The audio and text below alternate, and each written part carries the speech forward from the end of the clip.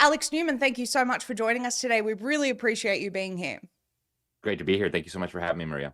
I have been looking forward to this conversation for a very long time. As our viewers know, I've been reporting on the UN extensively for years now because I believe that a majority of what's wrong with the world starts and ends with the UN, and the policies that they push through. But you attended the recent climate conference, and you have some incredible insights from that. So before we get into all of that, for anyone who's not familiar with your work, tell them a little bit about yourself.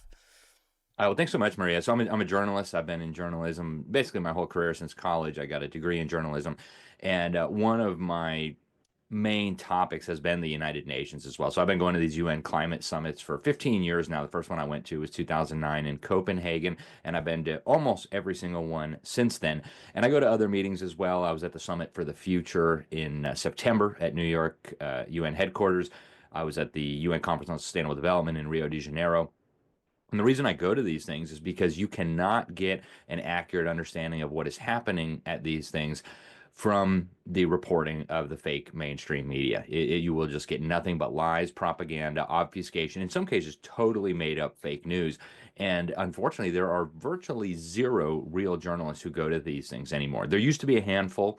The Rebel used to send somebody. They got banned because Justin Trudeau and the climate minister didn't want them there, so they told the UN. So I feel like there needs to be somebody there to ask real questions, to get real information, and to report it back to the American people. So that's kind of my connection to all this. Also write books. I do a number of different shows. Yeah. Well, I think you do a tremendous job. I'm a huge fan of your work. So let's dig into this latest climate conference. We're talking about some extremely dystopian outcomes of this conference, and people often get confused or maybe don't know how this all links up. And the fact that the climate agenda really is at the heart of the New World Order agenda, really, like it doesn't work without the climate scam. Yeah, you're exactly right, Maria, and that's why I have focused in so much on the climate scam, because it is the foundation on which everything else is built, right? The new economy all depends on the scam that CO2 is pollution. The new religious order that they're bringing in all depends on the scam that CO2 is pollution. The new political order, and you hear this, it's like a mantra. They all dutifully parrot it. It's kind of like when we had COVID, 2 weeks to slow the spread. Yeah. Everybody repeats the same thing. Well, global problems require global solutions, and global climate change is just such a global problem. So you can't understand the transformations that are happening in the world or the ultimate agenda without understanding that this scam, that human emissions of CO2 are dangerous, is the central point in all of it, right? You look at the UN Sustainable Development Goals, they tell you over and over again, climate change is the heart of it, right? Goal number 13 is exclusively dedicated to climate change. You look at this new religious system that they're trying to bring in. They're bringing all these religious leaders, all these religions together. It all depends on this idea that traditional morality, traditional ethics won't work anymore because now we have climate change. And so we have to adapt our ethics. We have to adapt our morals to be able to take good care of Mother Earth. And of course, the economy, right? They want to bring in this technocratic economic system where rather than earning money in a free market by producing goods and services that other people want to buy, they have to change that all around so that instead of currency and free markets, you have this system where carbon credits become the underlying mechanism for everything. And so to really make this simple, and this was one of the big takeaways at the COP29 in Azerbaijan, they came up with the global rules for the UN global carbon markets for the first time. Instead of being paid to do things, to be productive, to create goods and services, to create wealth, you'll be paid not to do things. That's how you get your carbon credits, right? So this completely flips the economy upside down. Instead of being paid to produce, you're paid not to produce. And that is obviously a recipe for global poverty, the destruction of the middle class, and ultimately global starvation, which I think is one of the things we're going to be facing if these megalomaniacs are not stopped. Uh, in the book, Remaking the World Towards an Age of Global Enlightenment, which is the Boston Global Forum working to achieve the UN 100 goal, which takes us through to the year 2045. So I've always said this, Alex, I've said Agenda 2030 is the mechanism for Agenda 2045. Like, that's not the official name, but that's what it is. It's working towards their 100th year anniversary. And inside the book where they describe this AI world society, which is what I believe where everyone is ushering us into, and we'll get into that. They talk about how you won't work, because AI will be doing so much. You'll be rewarded with cryptocurrency when you contribute to expanding the metaverse, which is they call the AI world society. So you're actually going to be paid to digitally expand this fake world, but not for real work. They actually they describe exactly what you're talking about. Yep. And then you combine that with unbelievably crazy things. I feel crazy even talking about them. But Elon Musk, for example, saying that we're going to have to merge with AI if we don't want to be made obsolete or irrelevant. When you combine all this together, you realize they're preparing the most diabolical dystopian future for humanity that you could even conceive of. In fact, I don't think a normal person could conceive of the insane world that they're preparing us for. So it is absolutely imperative that people understand all of these things so that they can effectively resist. Otherwise, we're going to be led like sheep to the slaughter right into this nightmare that they're preparing for us. And you're right, the UN has all these plans. It reminds me a lot of like how the Soviet Union used to do. You know, they'd come up with 5-year plans and 10-year plans and 50-year plans, and eventually that would result in the creation of the new Soviet man and the global utopia. Same with the UN. They've got the agenda for the 21st century, Agenda 21. They had the Millennium Development Goals, the 15-year plan from 2000 to 2015. Now we're in the SDGs. They call it the Master Plan for Humanity. Then they've got the Inner Development Goals, and they're working on the Resilient Development Goals. All these different Marxist-style, totalitarian-style plans to eliminate human liberty, eliminate the middle class, eliminate even the semblance of free choice. And at this point, they talk about it openly. The illusion that you have free will to decide what you want at the grocery store or determine your political leaders. You're just a soulless animal, as Yuval Noah Harari, Klaus Schwab's minion, likes to explain. So this is the kind of nightmare we're facing if these megalomaniacs are not stopped. And that's why this stuff is so critical.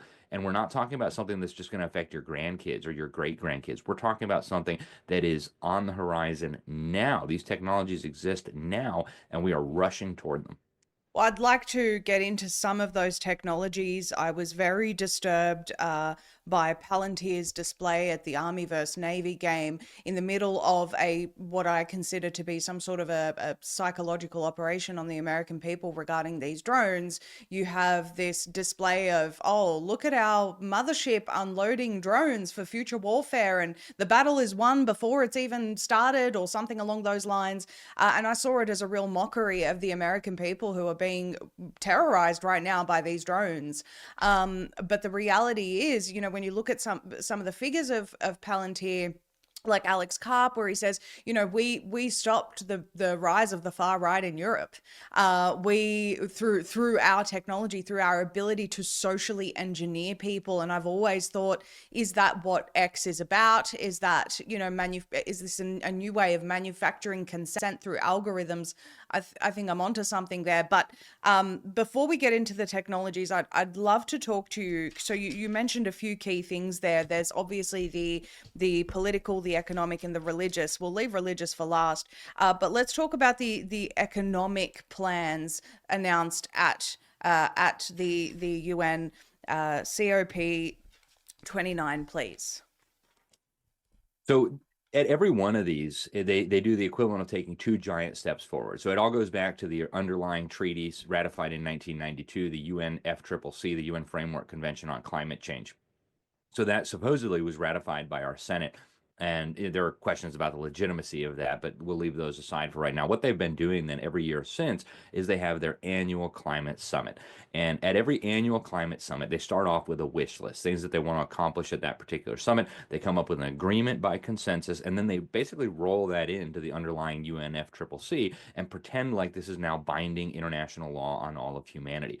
And so starting with the most recent climate summit, the COP29 in Azerbaijan, the big ask. They called it, it was the finance COP. The big focus was, how are we going to get the money we need for this global transformation? They had already agreed 2 years prior at the COP27 on what they called the Loss and Damage Fund. And the thinking here was, because Western countries, Western people developed first because we built power plants, we invented refrigeration and air travel and the internal combustion engine and telephones and all the rest of the things that make modern life possible. We owe a debt to humanity in the form of reparations, because this has supposedly released too much CO2 in the atmosphere. That's causing climate change. So now every time there's a drought, a fire, a snowstorm, a blizzard, even a tsunami, right? Acne, it could be any problem. Americans, the middle class in America, is to blame. And so this loss and damage fund, they actually referred to it as climate reparations. We are paying reparations now to the kleptocrats who have impoverished the third world or kept it in poverty, to make up for the terrible things we've done by inventing all of these things that make the modern world possible. And so at the COP29, they said, we need to figure out now how to get the funds that we need for this loss and damage fund into the fund so that we can redistribute it as appropriate. So that was the main takeaway there. They agreed that by 2035, so within the next decade here, $1.3 trillion every year is going to have to flow from what's left of the middle class in the Western world to the third world kleptocrats, the dictators and their cronies ruling over Africa, Latin America, Asia, etc. And by the way, we have to pay this $1.3 trillion even as they decimate our actual productive capabilities. They Right. shut down our factories, they shut down our power plants, they shut down our ability to produce wealth. So they're going to take the last little bit that we've been able to cling to and redistribute it to their cronies, as long as their cronies play ball and agree to keep the world on this path toward this utopia. So So that was the there, big takeaway. Go ahead, Maria. no, that's quite all right. This is like the great leveler, right? So this is why, countries like Australia, for example, have gotten very far down the line of conditioning people towards socialism. I think, the UK is facing the same issues. Canada, this conditioning of we need to all be equal has really nothing to do with equality. It's the great leveler, making sure that everyone is in a state of perpetual poverty, where you have to depend on a UBI, which of course is going to be linked to your compliance. For anyone who isn't aware, that's a universal basic income. We've had multiple world leaders speaking about this. Even RFK Jr. has spoken about, we need to look at a UBI. So I'm very concerned about that. Obviously, Elon as well has spoken about UBI. And that is, everyone is at the same level financially, which is in poverty, depending on your behavior, allowing you to have this universal basic income. And I always refer back to this article, Alex, some time ago, was written in Australia, talking about how all these suburbs in Sydney were going to become like a rust belt, because 95% of the people were going to lose their jobs to AI, and they just would not be able to reskill in time to catch up. They were going to not be able to afford their houses. All these houses were going to be abandoned. And it seems like there needs to be a very sudden thing for that to happen, but it doesn't. Already we're seeing this huge divide between people who are really in charge of the technology and those who really have no idea how to operate it. And that very much is what Yuval Noah Harari said. We're creating a Noah's Ark, and anyone who isn't, controlling the technology is going to be left behind. Yeah, that's exactly right. And then there's the broader geopolitical implications. So you're exactly right. The goal is to impoverish everyone, especially to decimate the middle class across the Western world, because that is the primary source of resistance to these plans. And as long as there is a vibrant, productive, wealthy middle class in the Western world that has means, the ability to resist, the ability to be independent of the system, it becomes very difficult to do this. So you add that in, and you're absolutely right too. The eventual objective is to bankrupt everybody and force everybody into dependence on this system. Oh, that sucks. You lost your job. Oh, that sucks. You don't have any more savings left because inflation destroyed it all. It sucks that you got your house foreclosed on and your car and everything like that. But don't worry, we have a universal basic income for you. So you're not going to starve. Just do what you're told, and you'll get your ration card. Right? Is essentially what they're talking about here. But then there's the geopolitical transformation as well. And they've been talking about this fairly openly for well over a decade, the shift from a unipolar world order to a multipolar world order. Right now, and I first noticed this trend at the Council on Foreign Relations about 12, 13 years ago. They started promoting this vision of a multipolar world order. where the unipolar world order, as in the world effectively controlled by the United States, would gradually and then suddenly give way to this new world order where Beijing and Moscow and Brazil and South Africa, all the kind of totalitarian systems of the world, would have an equal say, an equal footing with what's left of the United States, what's left of Australia in the formation of this global system. And I think communist China really is the ultimate model, right? Your social credit score determines what level of privileges you get, whether you can travel, whether your kids can go to a good school, whether you can have a good job. And that is eventually the model for the world. But to bring that about, first you have to bring the United States down. You have to bring Australia down. You have to bring Canada down so that gradually we can all be facing what they have called for many decades now. Zbigniew Brzezinski talked about this back when he was National Security Advisor to Jimmy Carter. We need convergence between East and West. So Communist China comes up a little bit. They get all our factories, all of our productive capacities. The United States goes down and down and down. We meet in the middle where there is no longer any political freedom, no longer any economic freedom. Everybody takes their orders from the central authority. And so that's really what all this is about. And Maria, I think there's a really important point to make here. You can know 100% for sure that the people pushing this agenda don't believe it themselves just by what they're doing, right? The old cliche, actions speak louder than words. If you truly believed that carbon dioxide was dangerous, if you truly believed that it was pollution, that it was going to cook the planet, whatever, the worst thing you could do is shut down industry in the United States, shut down industry in Australia, and ship that industry over to China, where they're going to power it with coal-fired power plants. Right? They're Which building they're two new building ones every like, week. oh, I was just Two a going to say week. they're building like 7 a minute, you That's know? right. It's like this, right? Yeah. And so if you really believe CO2 is bad, you would be horrified by that. You'd say, wow, we have to stop this immediately. Quick, bring back the power plants to the United States. Bring back the factories Yeah. to the United States. But that's not what they're doing. They're celebrating. They're slapping each other on the back. They're giving each other high fives for saving the world. And so that's how you can know for sure that the people pushing this at the highest level, not the useful idiots, they truly believe this, I'm convinced, but at the highest levels, they know absolutely that CO2 is not an issue, that this is much bigger than that. It's about economic restructuring, it's about geopolitical restructuring, and fundamentally remaking the political and economic systems of the world. You're absolutely spot on. And I'm curious because Yuval Noah Harari. It's interesting. I want to get your take on this. Yuval Noah Harari said Trump presents a threat to our new world order along that vein. And then the UN lawyer George Paoletti, right before the election, said, "We're globalists. This is the closest we've ever come to a one world government." Trump threatens that, and so I was really thinking, wow, this is great news. If we can get Trump in, we can threaten this whole thing. And then he goes and appoints a UN ambassador, and says he's going to exit the WHO, but I don't see talk about exiting the UN. Sorry, not most, but a very large portion, I think around 27%, if I'm not mistaken, of the funding of the UN comes from the US.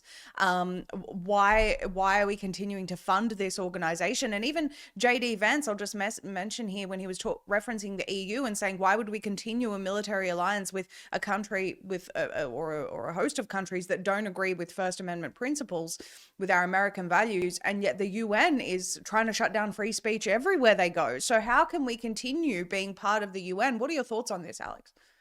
Yeah, it's a very good question, Maria. And I've actually talked to a number of people who are close to Trump about this very issue. And there's a variety of opinions there. I think Trump's instincts are to view the UN as hostile territory at best and potentially a candidate for removal. Um, but you're right. He's got a lot of people around him who don't see the world that way, including people who I think are well-meaning, but have bought into Right. this lie that, well, the UN's going to exist whether we're there or not, so we might as well stay because we'll have a veto power. We can prevent them from doing anything too dumb. I think a lot of But countries feel that way, by the way. I'll just say, yes, yeah. absolutely. Yep. And so I'm with you 100%. This organization never should have been created. If you know anything about the history of it, it was created for the purpose of eventually creating a one world totalitarian system. And that is very easy to prove. It's very easy to document. The guy who chaired the summit that wrote the UN Charter, Alger Hiss, was later shown to be a spy for Joseph Stalin, one of the most murderous barbarians to ever walk on this planet. You look at the Secretary of State, John Foster Dulles, wrote a book in 1950, War or Peace, where he admitted in plain English, didn't even beat around the bush, didn't even, you didn't have to read between the lines, that the eventual goal was to turn the UN into a one world government, a world government, a world federation. He said it in plain English. So that's always been the goal.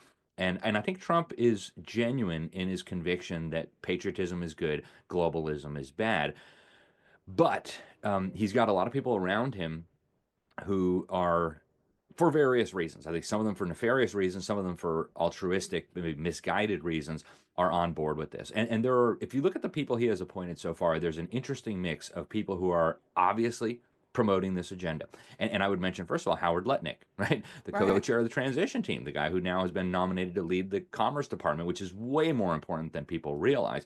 This is a guy, his company, Cantor Fitzgerald, is right at the heart of the effort to build global carbon markets and has been from the beginning, right? He's actually one of the principals in Satellogic, the company that's going to monitor CO2 emissions around the entire world to determine who is emitting what and who owes what to whom. So this is an incredibly dangerous pick.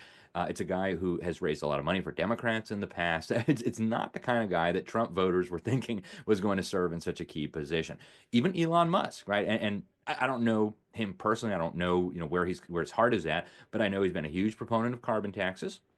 I know he has promoted a lot of these same ideas. And so, big red flags there. Then you've got people like Chris Wright, at the nominee for the Department of Energy, who has been very hostile to the climate scam, very hostile to some of these other things. And so he's got some good people, I think, and some bad people. But I think what's going to happen here, Maria, is they're going to try to manipulate him like they did with COVID into moving the ball down the field, even if it's by another means. And we talked a little bit before going on the show about the possibility of a digital ID. I think that's one of their big priorities over the next 4 years. They're going to try to package it in a way that it'll be palatable to Donald Trump and to his voters. But what we need to understand is it's not about voter ID. It's not about illegal immigration. It's about ultimately integrating every single person into this new system. So you can't impose a carbon tax and force everybody to buy carbon credits if they don't have a digital ID that's plugged into this system. And so that's such a critical component of this machinery. And they're going to try to get Trump to go along with it. But back to the UN, total disaster. It is the nucleus of the global system that they're building. And I hope that Trump will take this opportunity. We have a historic opportunity here to neuter the UN. And there's a lot of people who believe that the US could leave the UN and it would continue to survive. I don't think so. I think if the United States left the UN, it would lose so much legitimacy that eventually it would collapse. And so you see the globalists coming up with the plan B. They're talking about a league of democracies. They're talking about new globalist institutions to keep the fire Yeah, warm like a while they UN ride out Donald 2.0. Trump. Exactly, exactly. I do want to hone in on digital ID because and it's really interesting to me, Alex, because I found out that Elon Musk was supporting the Kids Online Safety Act, and I started raising awareness about this, and I got so much pushback from some people, which is like, there's no way, he's free speech #1 guy. It's like, well, a lot of people are getting suspended on X, a lot of people are getting cancelled on X, and I'm very concerned about this move towards X becoming, they're talking about a complete payment system, and it's like, as someone who's been debanked for reporting things that are unfavorable to the government, I am very nervous about, well, look how quickly people get their accounts suspended with no justification. Imagine this being a payment app, your bank account's gone, and I can tell you it's not pleasant. And what ends up happening, and it's not the case with me, I don't really self-police for fear of being debanked. It's kind of already happened, but that does end up happening. People end up self-policing and self-censoring. Certainly I have done that when it comes to platforms like Instagram. You start using code words and silly things, IV instead of ivermectin, just nonsense, things like that. And it's so oppressive. It's so oppressive. And I just want to show here the UN digital ID. This is absolutely a goal of the United Nations. The World Economic Forum recently released a white paper saying we need global governance and we need everyone to have a digital ID linked to their online activity. And then the Kids Online Safety Act is being supported by Elon. This is exactly what just happened in Australia under the guise of protecting children from social media. They're bringing in a method to make sure that all adults verify their identity online. And of course, right now, it's not mandated to link it to the digital ID, which Australia passed, but later on down the track, that's absolutely the plan. It's in line with the UN. So I'm very concerned that America is considering this. This is, in my opinion, and I know lawyers who agree, a violation of the First Amendment. Yeah, no question about it, and no question that behind the scenes, that is the eventual objective, right? This isn't like well-meaning people suddenly thought that we were going to protect children, and then oops, we used it for tyrannical purposes. No, no, I mean, the useful idiots, yes, but behind the scenes, the people really pushing this, they know exactly what they're doing. They're very strategic about this, and like you, I have been repeatedly targeted for debanking and disappearance. In fact, I'm still banned by PayPal. They shut down my account. They froze my money. They never even told me what I did wrong. We My have guess is so that my much in social common. right. And I asked them, what did I do? They wouldn't tell me. And people need to realize the PayPal mafia, right? Elon Musk is connected to them. Peter Thiel is right at the heart of that. JD Vance comes out of that world. Even Vivek Ramaswamy comes out of that kind of big tech, biopharma, technology sector.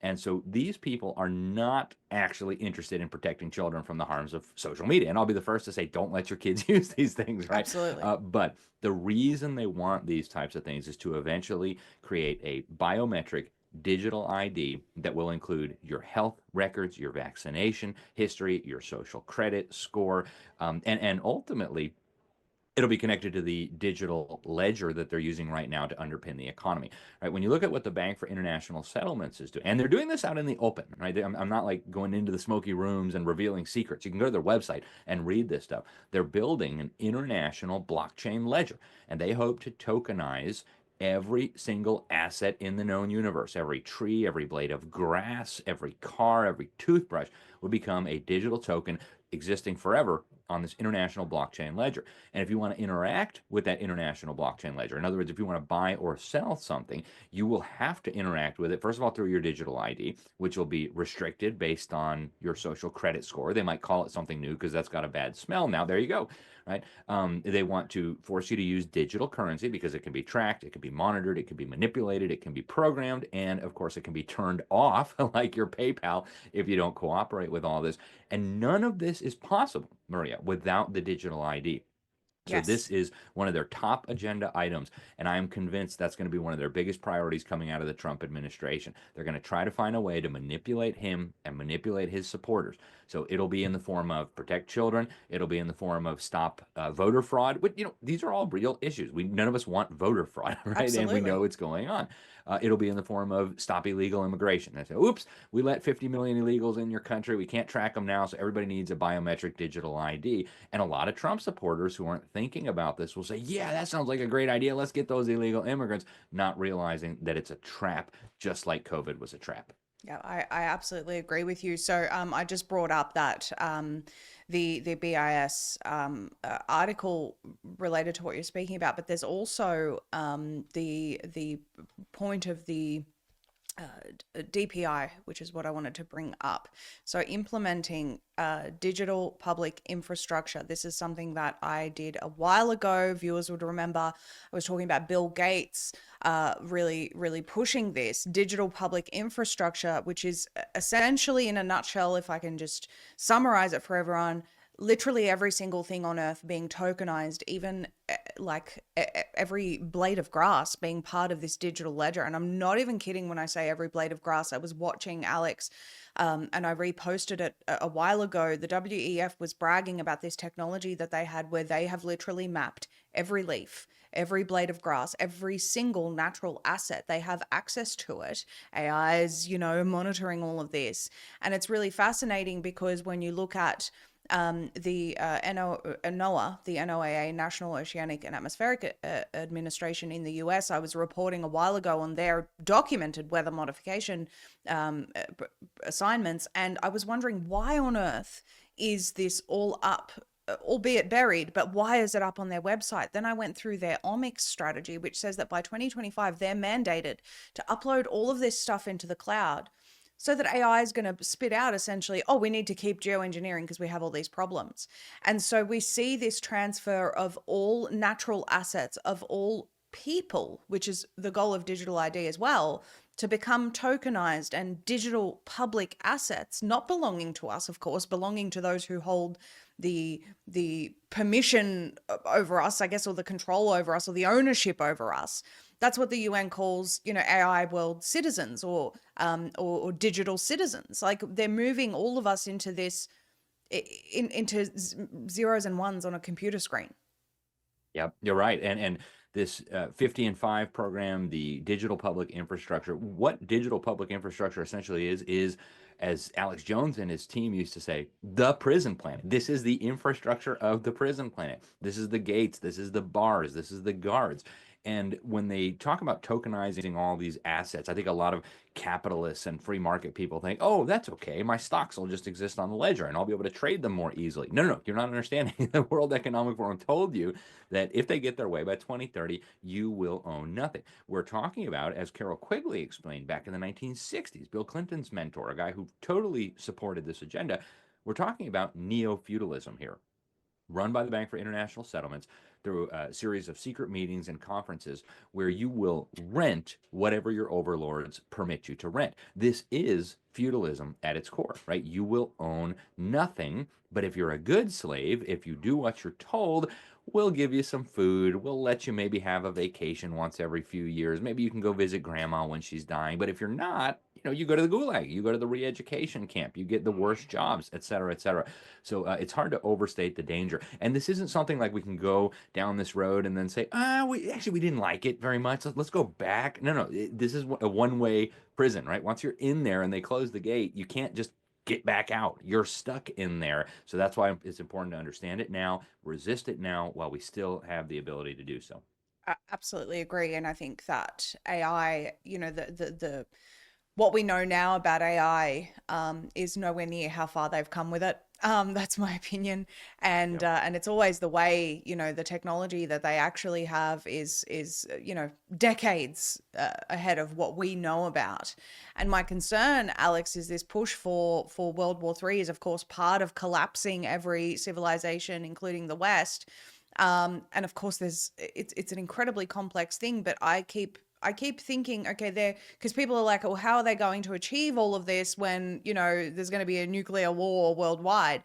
It's like, well, when you put everything in the cloud, it doesn't really matter if you destroy what's on Earth, because once you rebuild from that, the digital utopia exists in the cloud. This is how I see it. And so it's like after, if we do end up in World War III, which I think we will, after that's all said and done, the utopia is there to bring us to a place of peace. And I guess that's where the religious aspect also comes in. So I really want to hone in on that with you. Yeah, and Maria, I want to stop just for a second on the World War III thing because there's so many people who are falling into this trap of regarding this all as legitimate and picking a side, right? And yeah, I don't mean to attack anybody in particular, but there's somebody, well, Putin's going to save us from this, or Xi Jinping is. I've heard actual conservatives say Xi Jinping is going to save us from the New World Order. Oh, And when it's a when the trap. WEF says that by 2045 China will be the world superpower. Okay. Right, Yeah. exactly, exactly. And so people struggle to understand how a world war would advance their interests. So I'll just go back to a report that the State Department commissioned in the early 1960s by a member of the Council on Foreign Relations called Lincoln Bloomfield. He was a senior official at the Office of Strategic Services, the precursor to the CIA, hugely significant individual. So the State Department commissioned him to write a report. The title of the report gives it all away. It's called A World Effectively Controlled by the United Nations. Wow, not much left to the imagination there. And what he says in this report is the fastest way to get us from where we are now, the Westphalian system of sovereign or relatively sovereign nation states, to the new system that they want, a world effectively controlled by the United Nations, is to use war, crises, and the threat of war to bring that about. And he didn't have to use his imagination to figure that out. World War I led to the creation of the League of Nations. World War II led to the creation of the United Abominations, the International Monetary Fund, the World Bank, the precursor to the European Union, the European Coal and Steel Community. All of the architecture of globalism that we know today emerged as a direct result of a world war and millions of dead people. So how could we not see that another world war would serve that exact same purpose? Millions of people would die. Parents all over the world would say, I just want to feed my kids. I just want to go to the grocery store and have life go back to normal. Yeah. Whatever it takes. If we have to give up sovereignty, if we have to submit to a one world system, it's okay. Just make this stop. So that is why they're orchestrating this. And we really fall into a trap, I think, when we say, well, I support NATO or I support Russia or, whatever. Yeah. They're all ultimately aimed at bringing about a world war that would end up with a one world totalitarian political, economic, and religious system. And the religious component is But actually maybe more central than everything else. Go ahead, Maria. Yeah, before we get into the religious component, I just wanted to really briefly, this is the problem that a lot of people face, and I completely understand, Alex, because they make this so complex.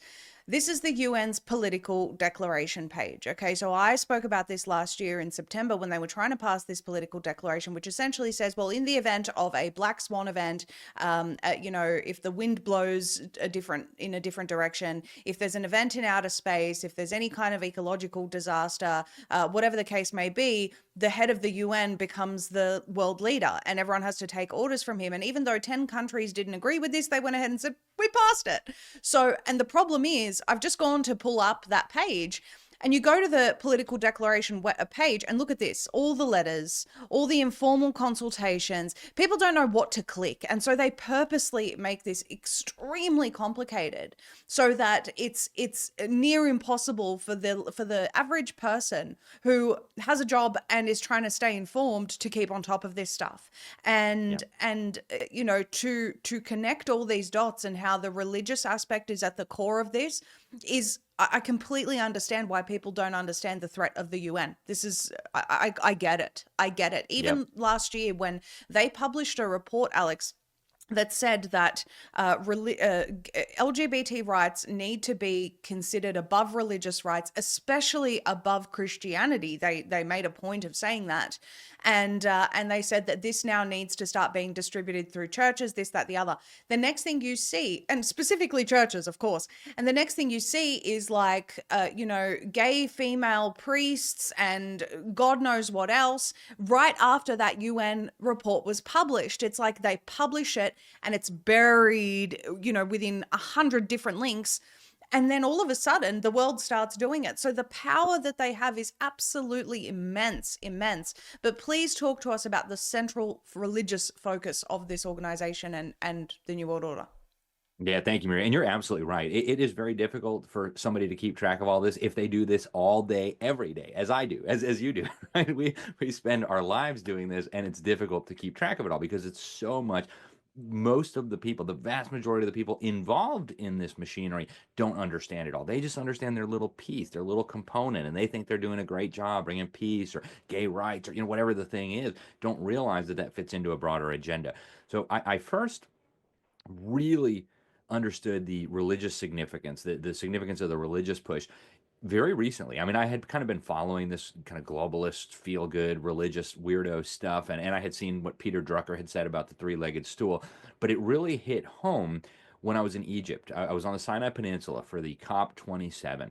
And all these religious leaders, Catholics, Hindus, Shintos, Jews, Muslims, Protestants, whatever, they all walk up to the top of what they said was Mount Sinai, and they bring out the new and improved Ten Commandments. And they do this weird ceremony. They repent of their climate sins and their carbon emissions.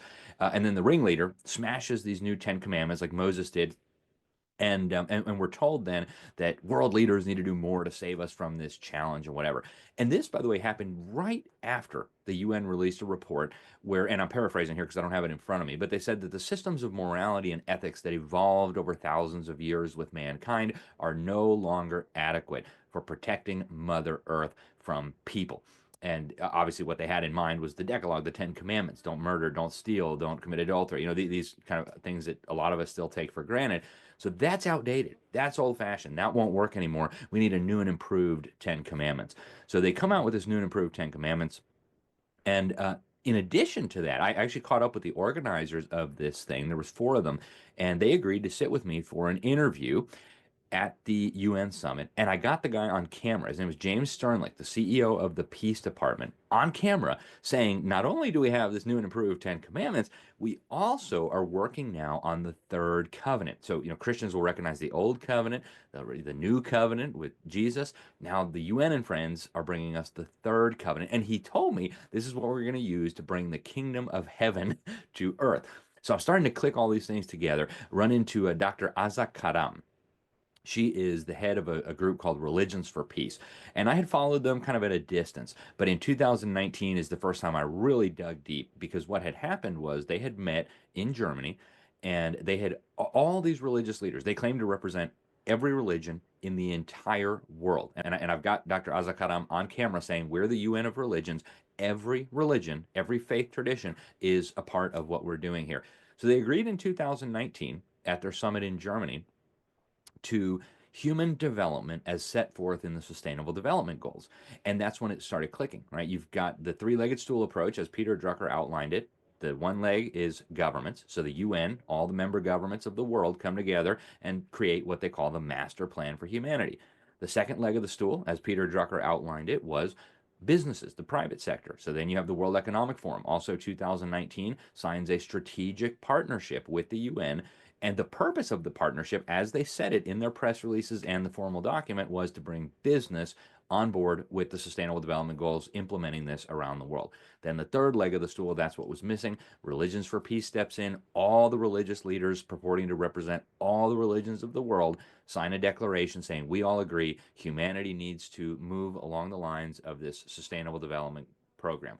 So you have all three of the legs of the stool, all the major institutions in the world, governments, big businesses, and religions, marching in lockstep toward this radical future that bears nothing in common with the traditional teachings, for example, of Protestantism or even Catholicism or Orthodox Christianity, and yet you have these leaders signing up to it. So that is, I think, the core of what's happening here. They're trying to co-opt and usurp every single institution that has influence, that has power, that people trust, in the service of this agenda. And anybody who refuses, right, if you're a church where your pastors or your elders refuse to sign on to this vision, they've already started doing it. You're demonized as a cult. You're demonized as extremists. You're like Al Qaeda practically, right? How could your church not want this glorious future for humanity? So that's the direction they're moving in, Maria. And it's weaponizing the good of human nature, just as they did during COVID. If you don't want to protect your neighbor, you're a Nazi, Yep. and that's exactly what they're doing with this. And I just want to bring up these 10 climate commandments, the new 10 commandments. And mind you, I brought up that article while you were speaking. You can see the two green. I mean, it's really sickening. We're the stewards of this world. Creation manifests divinity. That's some really like Alice Bailey nonsense there. Right. Everything in life is interconnected. Do no harm. Look after tomorrow. Rise above our ego for our world. Change our inner climate. Repent and return. Every action matters. Use mind, open heart. Now, some people may say, oh, well, these things are, they don't sound so bad. The point is that the people that are doing it have absolutely no regard for the God that gave the world the 10 commandments. They're saying we need a new 10 commandments. Screw what the God who created this world thinks. We're going to do our own thing. We're going to become our own gods. And this is it is so vile. It is so evil, Alex. And if I can just briefly, I've done this many times. I've taken the audience through this, but there's the UN 75, an unexpected message from the future page, which you can search, and people are always shocked when I show them this. And it literally says that Vinton G. Cerf, who they call the evangelist of the internet, says that he was experimenting with some extremely high frequency receivers, and then he got a strong and repeated signal from some alien demon in the future, and he said that he recorded it, and it's essentially saying, oh, it was 2020 that the world realized we need to go really hard with climate change because of the crisis of global warming and its side effects, and that is how humanity is going to make it to 2045. This is literally the UN saying we're talking to demons from the future and they're telling us we have to do this. It is astounding. Yeah, it is, Maria. And once you get to that level, you realize this comes straight out of the pit of hell. Yeah. And this is very easy to prove. It's very easy to document. I just published a book earlier this year, Indoctrinating Our Children to Death, where I go through some of this. And when I say they're teaching doctrines of demons to children in public school, I mean that in the most literal sense possible, right? And I can give you a whole bunch of examples, but some obvious ones. The UN has what they call the World Core Curriculum. The guy who wrote it, Robert Mueller, is called the father of global education. He was the Assistant Secretary General of the UN, says right in the foreword to the teacher's manual for this that it's based on the teachings of Alice Bailey, who, as you know, Maria, was the founder of the Lucifer Publishing Company, right? And so fast forward a little bit, you've got now something in virtually every school in America. It's even now coming into Christian schools, believe it or not. They call it social emotional learning. And at first glance, if you don't know what they're talking about, it sounds good. Oh, we want your children to have empathy. We want them to be compassionate. And of course, every parent wants that for their children until you understand how they define empathy, until you understand how they define compassion. And so the whole idea for this, we know because the group that Bill Gates is funding called Castle, the main group promoting this, admitted it on their website. The idea came out of the Fetzer Institute, founded by a disciple of Alice Bailey. And so now the main lady leading the charge, her name is Professor Linda Lantieri. She's a professor of education at Teachers College at Columbia University, the most important teachers college in the world, without even a close second. I have her on video admitting that she's getting her ideas for all of this from first she says her friend is dead. And then she's like, but I don't like to say she's dead because I talk to her every day. She comes to my council table every day. And so I like to say she exists in a different dimension. And Like if you've read Javier your Milei Bible, with his dog. right, right. And when you read your Bible, Sorry, if I this could is just say that's a literal thing that Javier Milei says. He talks to his dead dog for political advice. His sister even went and learned some dark arts and how to be a medium so that he could keep talking to his dead dog, and his dead yep. dog guides him. It's creepy. Anyway, go And on. there's a lot of people who talk like this and who believe like this. And I just Yeah. say, open up your Bible, right? Your Bible says clearly you're not talking to dead people, you're talking to demons. It's that simple. And so the lady, and they're very open about this, Maria, that they're injecting spirituality back into the schools. And to go back to Agenda 21 for a moment, if you go to chapter 36, which is the chapter that deals with education in Agenda 21, that's the UN's 100-year plan for humanity, they say right in there, education has to include a focus on spirituality. What normal people don't realize when they're reading that is that they don't mean what you think they mean, right? They mean this kind of nonsense, speaking with demons and extraterrestrials and all kinds of weird new age occult stuff, a lot of it with its roots in theosophy with Alice Bailey and Helena Blavatsky. So this is now coming out of the closet. There's an explosion of this new age stuff. And they recognize that for their plan to succeed, and the climate thing ties right into this, they have to target the young people. So we're the bitter clingers, right? They've kind of given up on us. They know there's nothing they can do at this point to persuade us to come on board, but they're focusing on the kids so that within a generation, they'll have enough people, enough critical mass to move forward with this agenda. And that really, I think, is the danger in a nutshell. I absolutely agree. And this is why I'm such a huge fan of homeschooling. God willing, one day when I have children, they will be homeschooled. There's no going into these crazy institutions. Talk to us briefly about the Faith for Earth Coalition, because this ties in. I just want to, what I'm trying to do is provide more evidence that religion really is at the heart of all of this.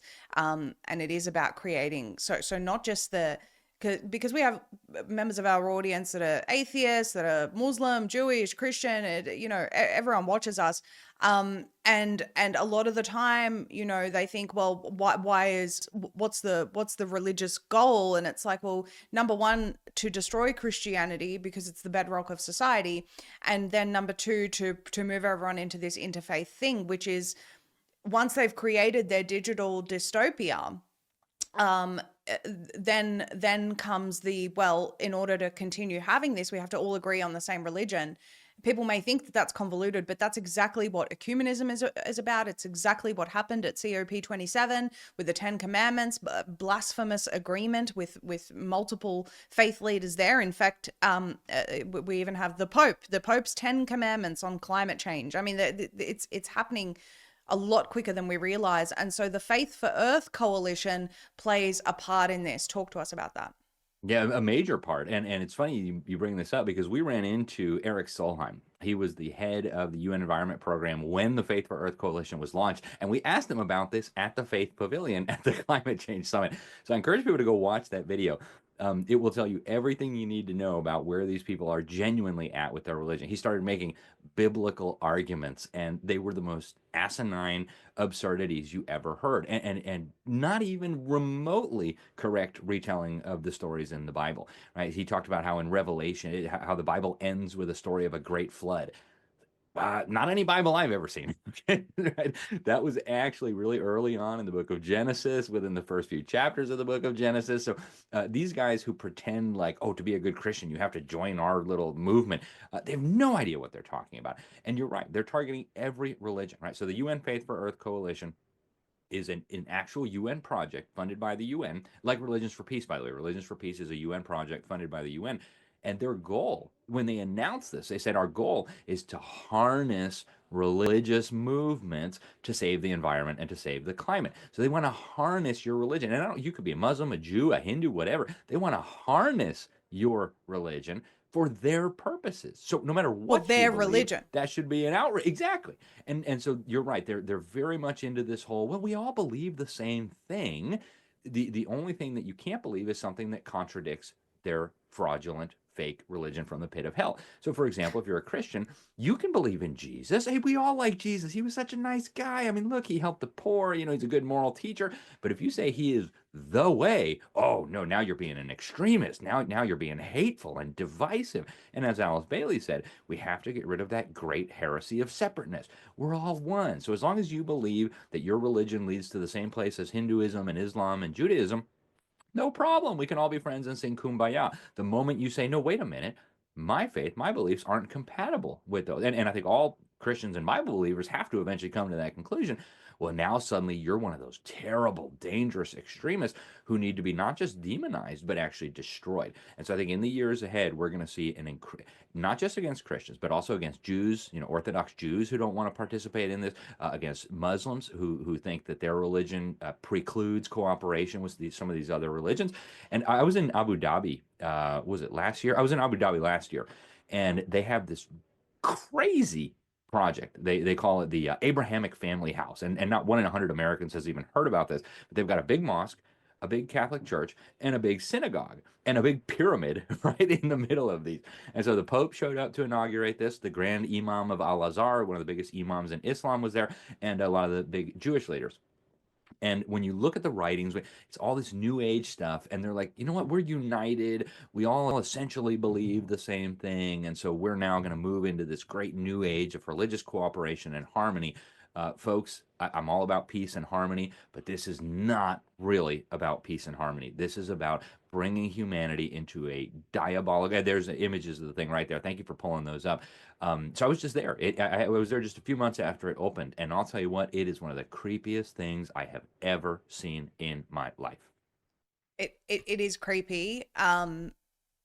To try to, you know, the problem is that how insidious this is, right? Because if you want to look at the three Abrahamic faiths, they are all diametrically opposed to one another, and for good reason. We have extremely different beliefs, and that's Yep. okay. We don't have to kill each other. Right. You know, we don't have to. There's a way to debate these things and have religious debates, and you know, these are things that exist for a reason. But to say, well, because they're Abrahamic religions, they need to unite.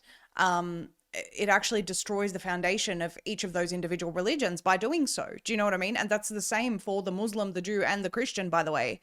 But I'm just, you know, obviously I'm a Christian, therefore I'm cognizant of the fact that Christianity is the truth, and therefore at the heart of what they want to destroy. Yep. And you know, people are welcome to debate me on that, but that's the truth. And when you look at things like these, I remember, Alex, when the Eco Bible was released after COP27, and it came from a Jewish group in Israel, and they were basically distributing this through Protestant churches through different funding packs, and it was like crazy amounts of money to get these Eco Bibles into your churches. But Protestant groups started doing it because they perceived it as, oh yeah, this is unity, this is good. You know, it's coming out of Israel, it must be great. And it's like, Eco Bible, what on earth is this? And it was again, it's tapping into the good nature of humans who are like, well, yeah, of course we want a better planet for future generations. Of course we want to be good stewards of what God created for us. And all of that is true, but not under this model. And a lot of people don't understand the end goal. And just on this Faith for Earth coalition that we were talking about, this is promoting faith leadership, faith-based organizations and communities as custodians of far-reaching, value-based perspectives on environmental sustainability. Look how friendly that sounds. Yep. It sounds Yep. friendly, And right? Go on. it does, and that is what they keep saying over and over again. It's just, this is harmless. This is just cooperation. It's just about peace. It's all these buzzwords that people love. I'm glad you mentioned the Eco Bible. I actually spent a long time with the guy who wrote this, Rabbi Jonathan Nerl from the Interfaith Center for Sustainable Development. I've got him on camera saying things that any faithful Jew or Christian would recognize as not just biblically erroneous, but absolutely heretical, right? I've got him on camera for 45 minutes talking about this stuff. So people need to really, really be aware of this stuff because they're making an effort to get into every little church, every synagogue, every mosque in the world. And if you're not careful, because they're using the same language that you use, right? But they just like Alice Bailey, just like so many of these others, when they use a word, they mean something very different than when you use that word. And so you have to be aware of what they're doing, and you have to know that there is this effort underway because your average Christian, your average Jew, your average Muslim doesn't even understand that this is happening, much less that they're trying to infiltrate their local congregation. Yeah, yeah, it's absolutely the case. And again, uh, despite my belief that the main attack is Christianity because it's the truth, the attack is happening on every religion. Yep. It's removing the individuality of every religion. It's removing the ability of every religion to make absolute claims, which, by the way, they have the right to do. Whether they're right or wrong, they have the right to make those absolute claims and then debate those in the public square or, behind closed doors, whatever the case may be. But the point of a religion is that it says, this is the truth, and therefore they're allowed to have that belief. That's you're allowed to. You have free will, and it's removing that ability from every group, every single Yep. group, including the Hindus, including the Buddhists. It's like we have to all unite under this one religion. And, caring for humanity, caring for Earth, all of this sort of stuff is going to come under it. And by the way, this is conducive with the AI world society, and it's like, we're redefining human rights in for the digital citizens, and I read through these documents, Alex, and I say there's absolutely no room for any absolute claims that don't agree completely with what they're saying. And I think we're heading into a very, very dangerous future where if we allow ourselves to be digitized where our identity is concerned, and I am concerned about X, because even now you have to link your ID to get paid. This is why I'm not monetized on X, but as a matter of principle, I won't do it. I don't care. I just want to get the truth out. You have to link your ID. You have to, now we've got to protect the kids from social media. Digital ID is the linchpin here. If we can avoid that, we can avoid all of this, really. I mean, they cannot just spend a bit of time on the fact that they cannot achieve this without digital ID. Yeah, and I think that's really important to understand. If we can stop this single piece of the puzzle, the whole rest of the machinery has to come to a grinding halt. It cannot proceed without it. And this is actually recognized in the Sustainable Development Goals, the importance of giving everybody a biometric identification. The UN's been on this mission for a long time. ID 2020 has been on this mission for a long time. Unless and until they can get everybody a digital ID that includes all of this information, they can't restructure the economy. They can't restructure the political systems, and they can't track everything that's going on. So it is like, I love the word you used. It's the linchpin of this system. And that's why I believe it is going to be a top priority over the next 4 years. And so the earlier we can warn Trump and his cabinet members and his grassroots supporters about the danger of this, the more effective we will be at blocking it when this inevitably comes up, almost certainly in the context of some crisis, some terror attack, some massive expose of voting fraud, some massive issue with illegal immigration. There's Chinese special operators all over the country, or whatever it is that is the pretext for this. We have to understand a digital ID is not going to be the solution. It's going to be a critical component of the global police state that they're building.